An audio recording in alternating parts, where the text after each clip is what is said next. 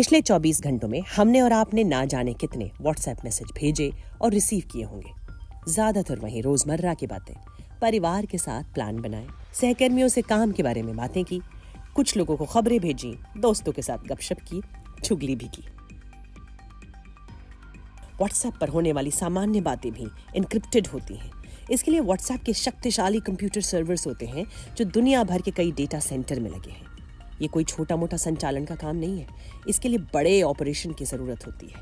इस प्लेटफॉर्म पर करीब 3 अरब यूजर्स हैं, लेकिन हम व्हाट्सएप इस्तेमाल करने के लिए पैसा नहीं खर्च करते।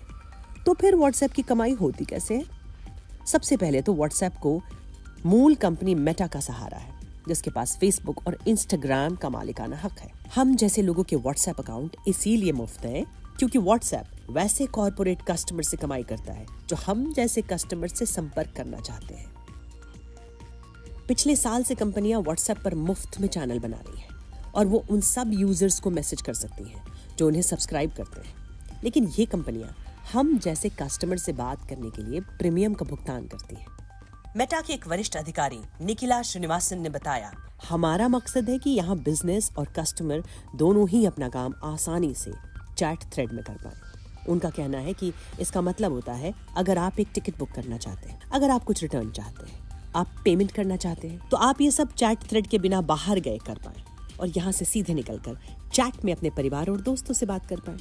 आप अपने फेसबुक और इंस्टाग्राम अकाउंट पर मौजूद ऑनलाइन विज्ञापन के लिंक पर क्लिक कर सीधे व्हाट्सएप चैट से जुड़ सकते हैं और भुगतान कर सकते हैं। श्रीनिवासन कहती हैं, ये चीज अकेले ही टेक की इस दिग्गज कंपनी के लिए कई अरब डॉलर वैल्यू की है। दूसरे मैसेजिंग ऐप भी अलग अलग रेवेन्यू मॉडल पर काम करते हैं, जैसे कि सिग्नल, जो कि एक ऐसा मैसेजिंग प्लेटफॉर्म है जो अपने सिक्योरिटी प्रोटोकॉल के लिए जाना जाता है।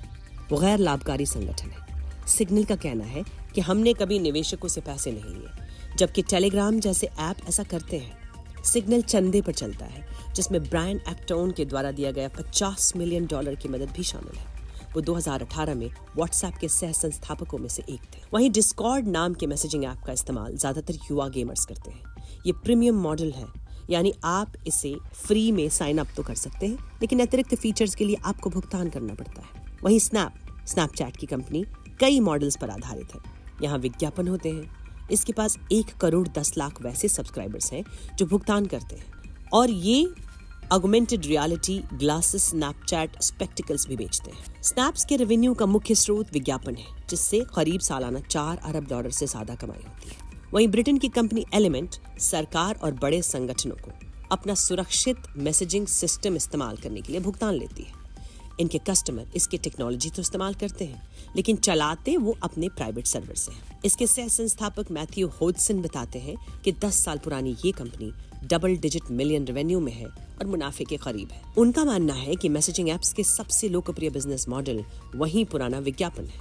उन्होंने कहा कि दरअसल विज्ञापन इस बात पर निगरानी कर देखते हैं कि लोग क्या करते हैं, वो किससे बात करते हैं, और इसके आधार पर वो उन्हें विज्ञापन दिखाते हैं। इन एप्स को ये जानकारियां जुटाने के लिए पूरे के पूरे मैसेज को पढ़ने की जरूरत नहीं होती।